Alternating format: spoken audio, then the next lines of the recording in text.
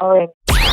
This is the Norris Group's Real Estate Investor Radio Show, the award-winning show dedicated to thought leaders shaping the real estate industry and local experts revealing their insider tips to succeed in an ever-changing real estate market. Hosted by author, investor, and hard money lender, Bruce Norris. On Friday, September 27th, the Norris Group proudly presents its 12th annual award-winning black tie event, I Survived Real Estate.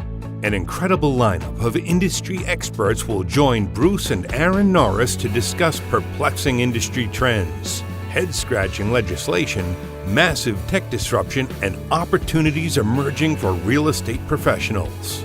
All proceeds from the event benefit Make-A-Wish and St. Jude Children's Research Hospital.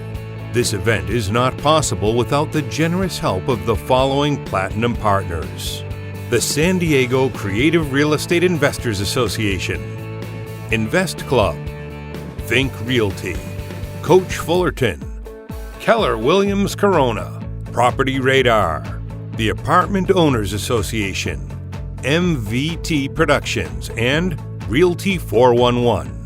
Visit isurvivedrealestate.com for event information. Hey everybody, it's Kaaren Norris and Bruce Norris here today, and something we never think to do. I Survive Real Estate is next week, and typically within 3 or 4 weeks after that, we have our annual Financial Tactics Breakfast. This is our 9th year, which is very difficult to believe, and it's, I think, become more popular over time.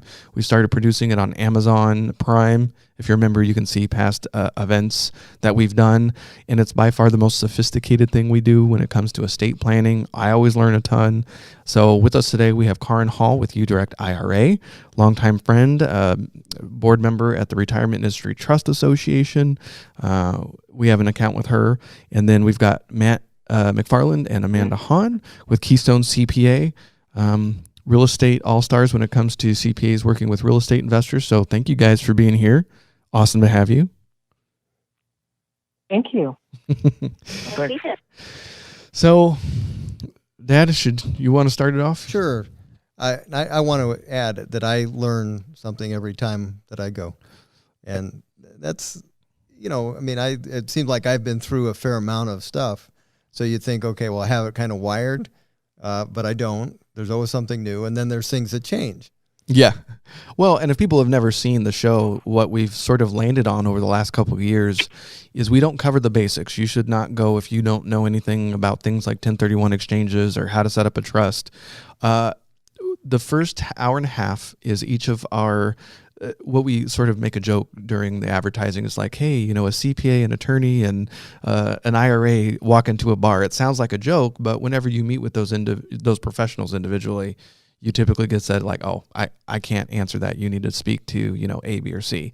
Well, having everybody on stage updating us on things that are happening in the industry, regulatory-wise, legislative-wise, tax-wise, and then the last hour and a half, what people don't know, not all of it ends up online because some of it becomes very inappropriate. Mm-hmm. You're like, yeah, what you just asked, that's illegal. You shouldn't do that. So, I always learn a ton, and it's extremely valuable. So I don't know why they do it, but they keep coming back for more, and we're in year 9, so it's fun. I think a good book would be Tricks You're Not Allowed to Use with Your IRA or something like that. Yeah, Matt and Amanda can talk about this one. It's called, somebody's thought of that, and no, the IRS doesn't allow it. Anyway. Amanda, maybe that's book number 3 with bigger pockets, sort of like IRS private letter rulings for real estate investors. What do you think? Yeah, I like that. She's taking notes. I was like, okay. Yeah, thank you. Kaaren, I've got a question for you. I think I was pretty late in the game realizing I could do things inside of a retirement account with real estate. And I didn't know it was 10 seminars, and so that's my fault. But I have a friend, Rick Solis. You guys know him. He has a lot of his stuff in an IRA because he planned that out. So how long has that been possible to do alternative assets in IRAs, and what percentage of people actually do it? I can touch on that. This is Kaaren.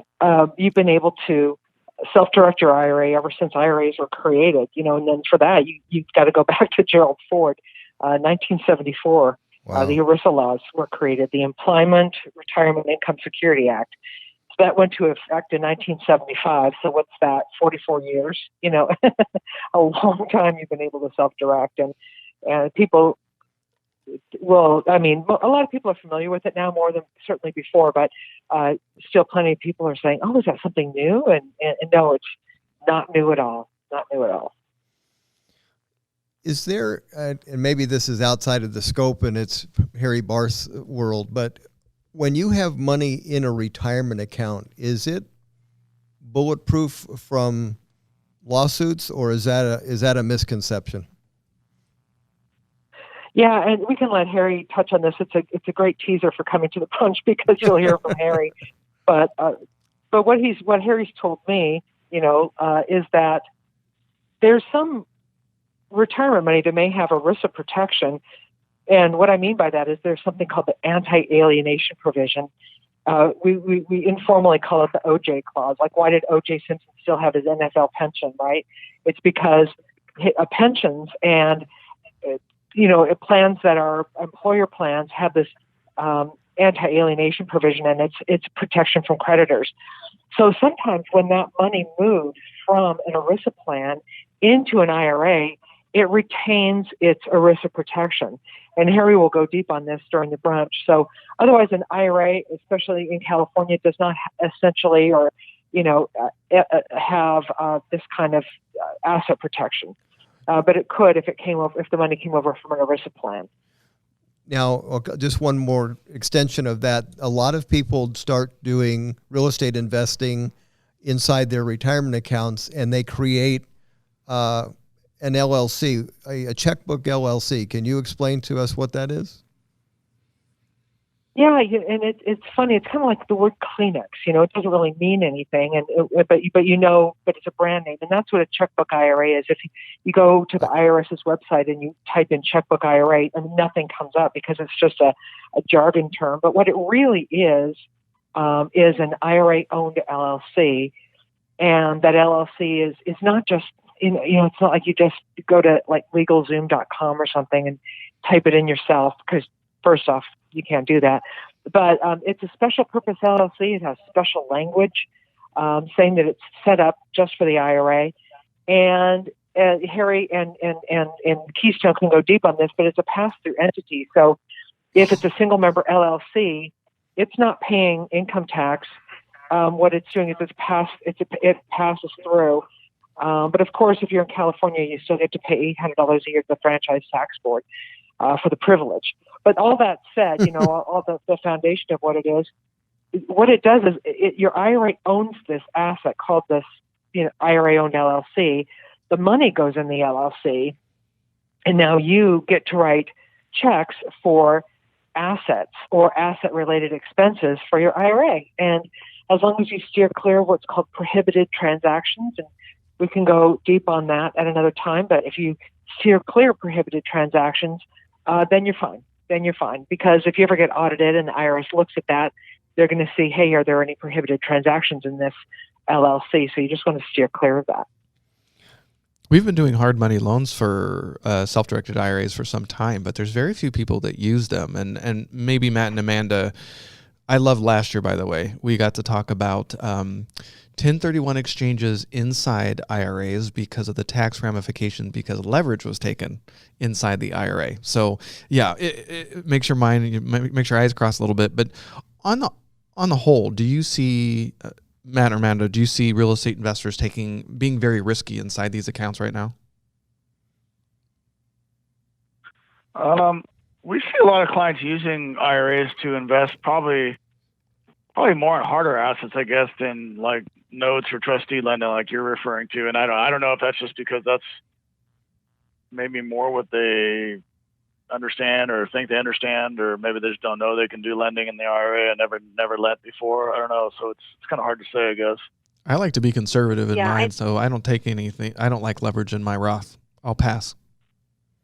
Yeah, I think I agree with that. Most people we see in terms of assets and retirement accounts are for either directly owned real estate or an equity ownership in an LLC or something like that, like a syndication.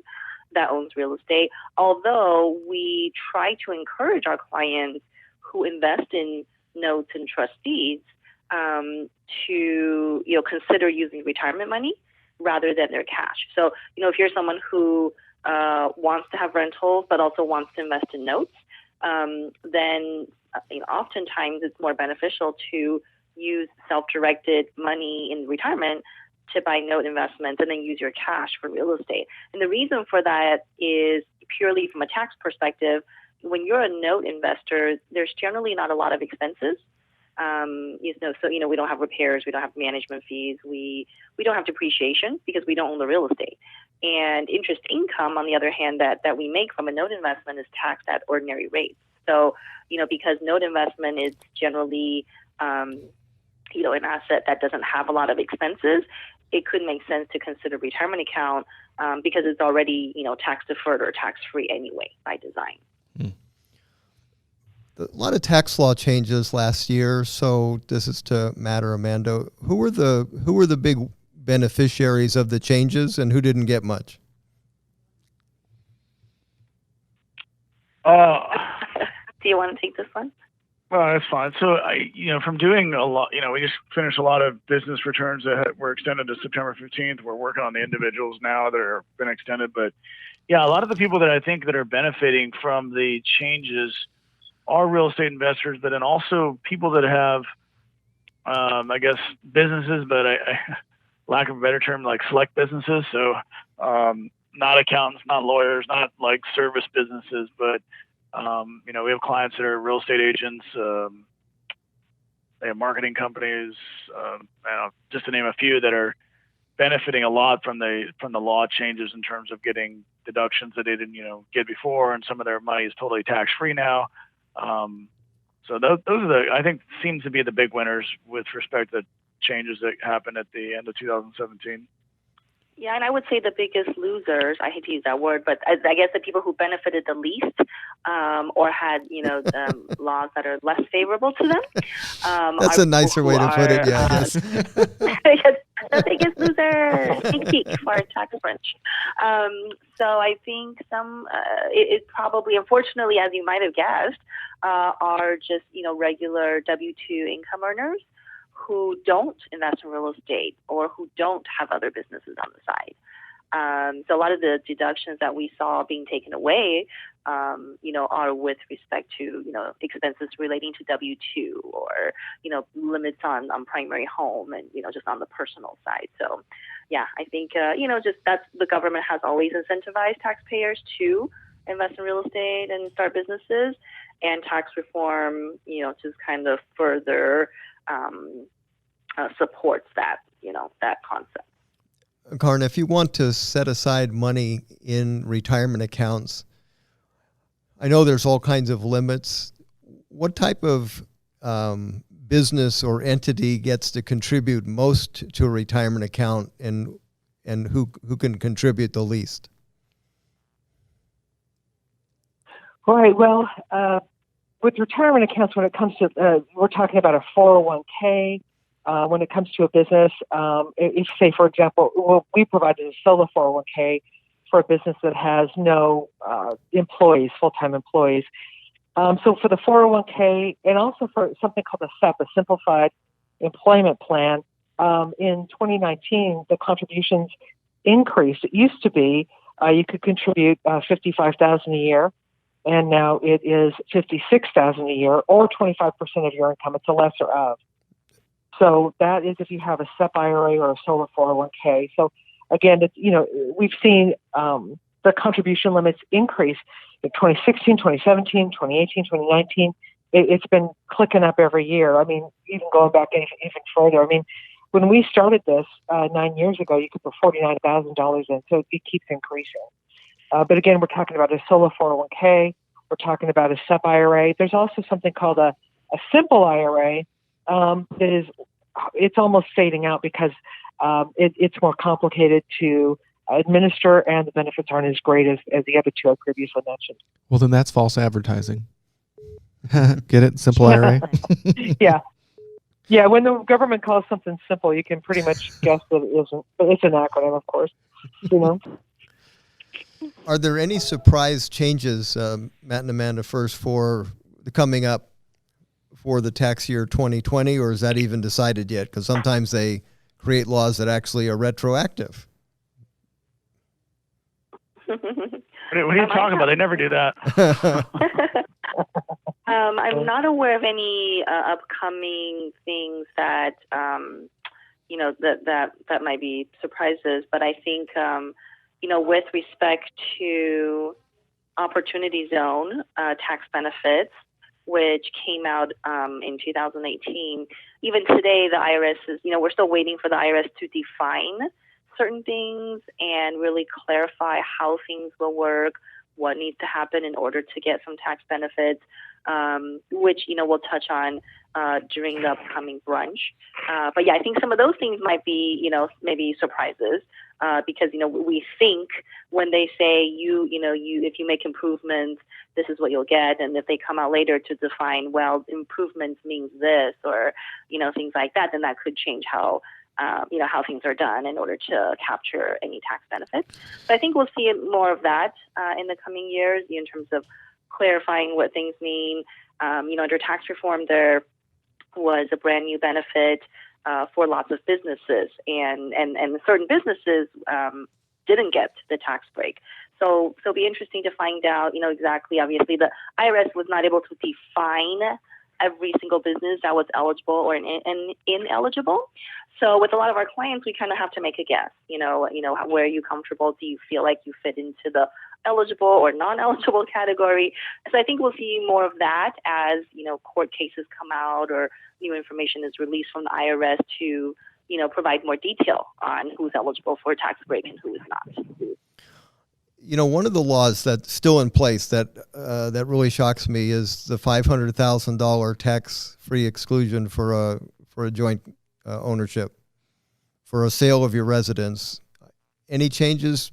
Is that law still exactly the way it was? And do you think that's going to stay? Yeah, it's currently the same way it is. It has been for a while. It's still that a married couple can exclude $500,000 a gain if they've lived and used in the house for 2 of the previous 5 years. It had been on the table to at least change it when they came out of the tax reform bill 2 years ago, but at some point they took it off the table because I think they were going to change it to you had to live in it 5 out of the previous 8 years or something like that. But yeah, like Amanda said, I haven't heard anything that they're going to change it or that it's on the table to be changed again, but that doesn't necessarily mean anything, right? No. Kaaren, in the IRA world, there's something. I'm sorry. Go ahead. Continue with your. I'll follow up with another question. Yeah, sorry. I just wanted to jump in because there's something on the horizon in the IRA world, and it's and that doesn't always happen because the IRA world is pretty stable. But on May 23rd, the House of Representatives, the House Ways and Means Committee, passed the Secure Act, which is another acronym for setting every community up for retirement enhancement. And what it's looking to do is raise. Do you like that? Yeah, I wonder. They probably had a committee for a year working on that one. They have an acronym division. Yeah. And so here's another acronym. It's RMD. That's required minimum distribution. And this is what the Secure Act is doing, is looking to raise that RMD. I mean, we're living longer. And so instead of having to take money out of your pre-tax retirement accounts at 70.5, they want to raise it to 72 and then incrementally go on up to 75 years old where your RMD phase begins. So that's passed the House. It needs to pass the Senate, which it hasn't done yet. So we'll see. That's something to be looking for on the horizon. That's so funny because honestly, that was the question.